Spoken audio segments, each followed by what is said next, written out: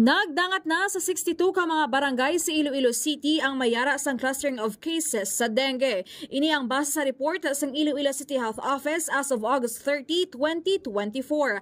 Santo sa datos ng CHO, yara na sa 1,038 ang kaso sang dengue, 43 ang bagong kaso, 57 ang active cases, kag 975 ang recovered, kag 6 naman ang record nga napataya. Sa pihak nga bahin na magapatigayo naman sa misting ang Iloilo City Health Office sa mga barangay nga mayara sa mataas nga kaso sang dengue sa diin target sang CHO nga makamising sa 24 ka mga barangay kada adlaw. Matandaan naging paidalom na sa state of calamity ng Iloilo City bangod sa dengue. Report nagikan syudad sang Iloilo ini si K5 Jenny Kauyinon para sa Kampiyon na Balita Serbisyo Publiko kagalingawan sa Iloilo. K5 News FM.